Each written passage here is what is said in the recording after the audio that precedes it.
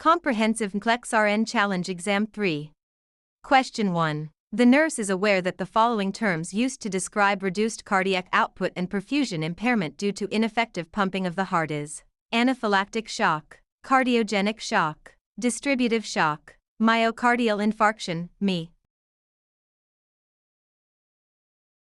Cardiogenic shock occurs when the heart's ability to pump blood is severely impaired, leading to reduced cardiac output and systemic tissue hypoperfusion. Question 2. A client with hypertension asks the nurse which factors can cause blood pressure to drop to normal levels. Kidneys excretion to sodium only. Kidneys retention of sodium and water. Kidneys excretion of sodium and water. Kidneys retention of sodium and excretion of water. The kidneys regulate blood pressure by managing fluid volume. Excreting excess sodium and water reduces blood volume and pressure.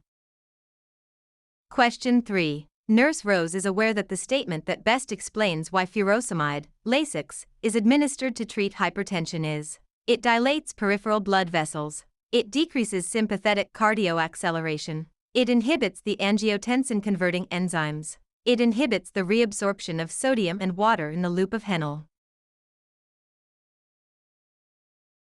Furosemide is a loop diuretic that inhibits sodium and water reabsorption in the loop of Henle, leading to diuresis and decreased blood pressure.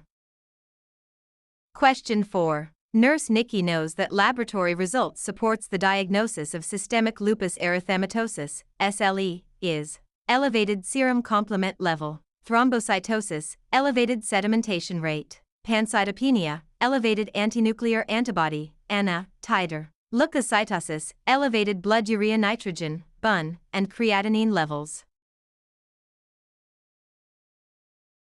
SLE is characterized by pancytopenia, low RBC, WBC, and platelets, and high ANA titers, which are hallmark diagnostic markers. Question 5. Arnold, a 19-year-old client with a mild concussion, complains of a severe headache. Which of the following responses by the nurse is appropriate regarding pain relief? Acetaminophen is strong enough. Aspirin is avoided because of the danger of Reye's syndrome. Narcotics are avoided after a head injury because they may hide a worsening condition. Stronger medications may lead to vomiting. Narcotics are avoided after head injuries because they can cause sedation and pupillary changes that mask signs of deteriorating neurologic status. Question 6. When evaluating an arterial blood gas from a male client with a subdural hematoma, the nurse notes the PaCO2 is 30 mm Hg. Which response describes the result? Appropriate, lowering carbon dioxide, CO2, reduces intracranial pressure, ICP. Emergent, the client is poorly oxygenated. Normal, significant, the client has alveolar hypoventilation. Lowering PaCO2, hypocapnia, causes cerebral vasoconstriction, which helps reduce intracranial volume and pressure in patients with head injuries. Question 7. When prioritizing care, which of the following clients should the nurse Olivia assess first? A 17-year-old client 24 hours post-appendectomy. A 33-year-old client with a recent diagnosis of Guillain-Barré syndrome. A 50-year-old client 3 days post-myocardial infarction. A 50-year-old client with diverticulitis. Guillain-Barré syndrome can lead to rapid ascending paralysis affecting respiratory muscles.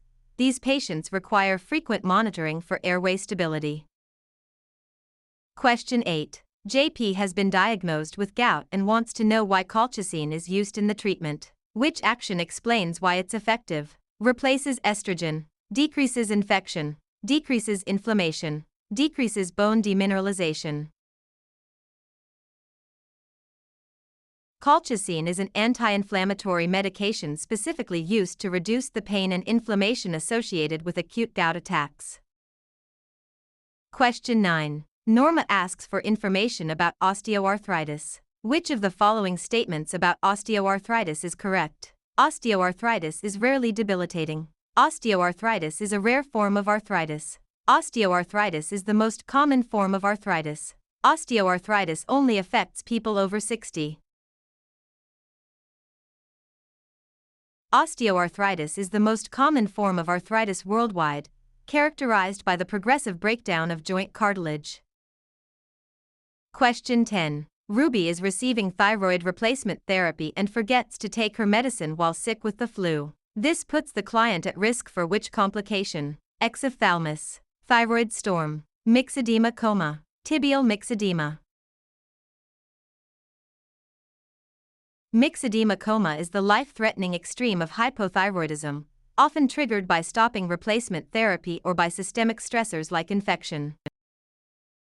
Question 11. Nurse Sugar is assessing a client with Cushing's syndrome. Which observation should the nurse report to the physician first? Pitting edema of the legs, an irregular apical pulse, dry mucous membranes, frequent urination. Cushing's often involves hypokalemia. An irregular pulse could indicate a dangerous cardiac arrhythmia caused by electrolyte imbalances. Question 12. A client with severe head trauma has urine output rise above 200 ml/hour. Which laboratory findings support the suspicion of diabetes insipidus? Above normal urine and serum osmolality. Below normal urine and serum osmolality. Above normal urine osmolality. Below normal serum osmolality. Below normal urine osmolality. Above normal serum osmolality.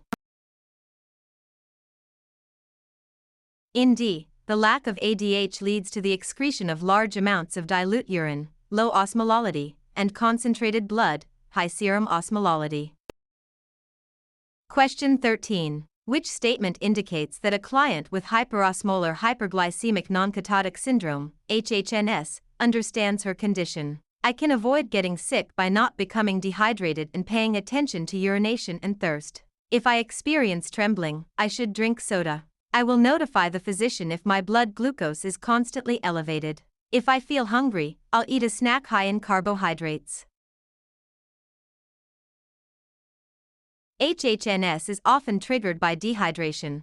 Patients must understand the importance of hydration and monitoring for polyuria and polydipsia.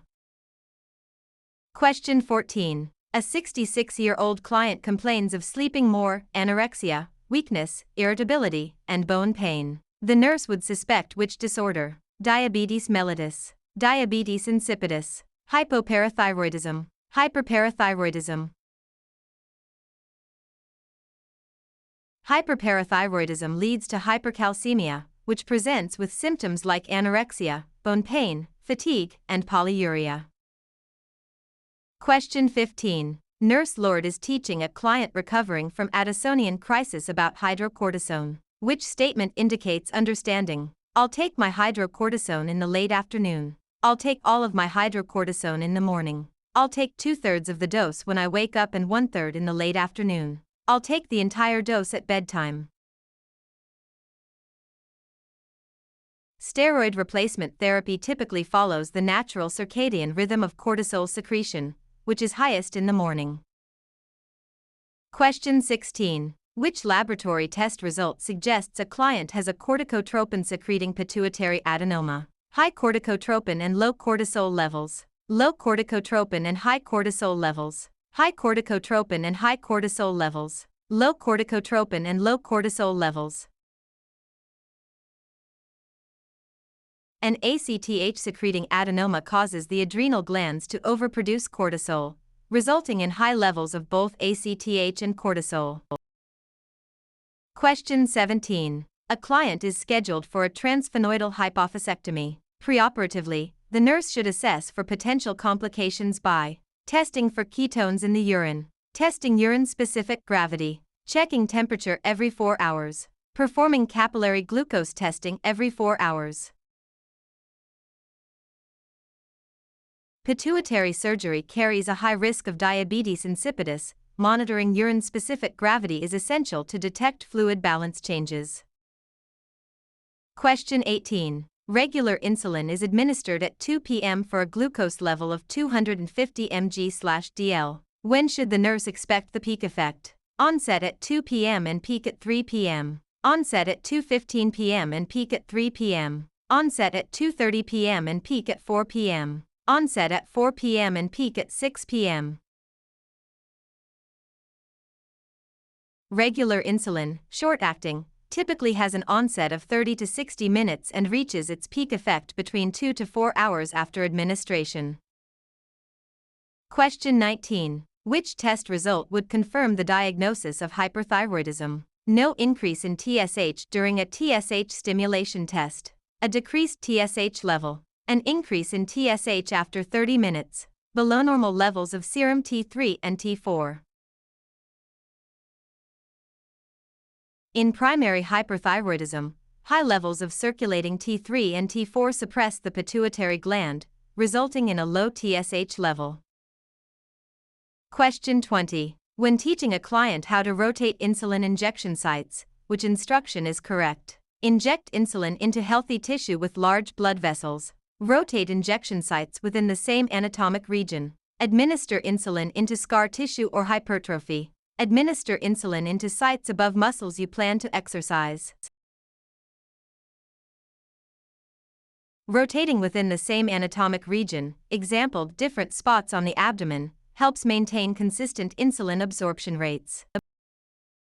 Question 21. Nurse Sarah expects an elevated serum glucose in HHNS. Which other laboratory finding should the nurse anticipate? Elevated serum acetone level, serum ketone bodies, serum alkalosis, below normal serum potassium level.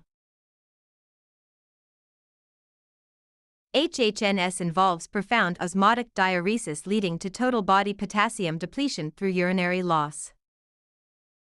Question 22. For a client with Graves' disease, which nursing intervention promotes comfort? Restricting intake of oral fluids, placing extra blankets on the client's bed, limiting intake of high carbohydrate foods, maintaining room temperature in the low normal range.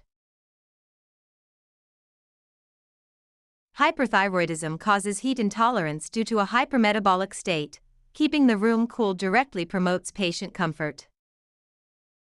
Question 23. Patrick is treated in the emergency department for a Call's fracture. What is a Call's fracture? Fracture of the distal radius, fracture of the olecranon, fracture of the humerus, fracture of the carpal scaphoid. A Call's fracture is a common fracture of the distal radius at the wrist, usually caused by falling on an outstretched hand. Question 24. Cleo is diagnosed with osteoporosis. Which electrolytes are involved in the development of this disorder? Calcium and sodium, calcium and phosphorus, phosphorus and potassium, potassium and sodium. Osteoporosis involves the loss of bone density, which is primarily regulated by the balance of calcium and phosphorus. Question 25. A firefighter treated for smoke inhalation develops severe hypoxia 48 hours after the incident. What condition has likely developed? Adult respiratory distress syndrome, ARDS, atelectasis, bronchitis, pneumonia. ARDS is a common and severe complication that occurs 24 to 48 hours after a lung insult such as smoke inhalation or trauma. Question 26. A client develops acute shortness of breath and hypoxia following a right femur fracture. What is the most likely cause? Asthma attack, atelectasis, bronchitis, fat embolism. Fat embolism syndrome is a critical risk following long bone fractures and typically presents with sudden respiratory distress and hypoxia. Question 27. A client has decreased to absent breath sounds on the right side, from the apex to the base. Which condition explains this? Acute asthma, chronic bronchitis, pneumonia, spontaneous pneumothorax. A pneumothorax involves air in the pleural space causing lung collapse, resulting in absent breath sounds on the affected side. Question 28. Following a motor vehicle accident, a driver has difficulty breathing and no breath sounds in the upper lung lobe. What is the likely diagnosis? Bronchitis, pneumonia, pneumothorax, tuberculosis, TB. Trauma from a car accident frequently results in a pneumothorax due to blunt force or rib fractures piercing the lung tissue. Question 29. If a client requires a pneumonectomy, what fills the area of the thoracic cavity? The space remains filled with air only. The surgeon fills the space with a gel. Serous fluids fill the space and consolidate the region. The tissue from the other lung grows over. After a lung is removed, the empty space fills with serous fluid which eventually consolidates into fibrous tissue. Question 30. Hemoptysis may be present in the client with a pulmonary embolism because of alveolar damage in the infarcted area, involvement of major blood vessels in the occluded area, loss of lung parenchyma, loss of lung tissue. In a PE, lung tissue can become infarcted. As alveoli are damaged, blood may leak into the airways and be expectorated, hemoptysis.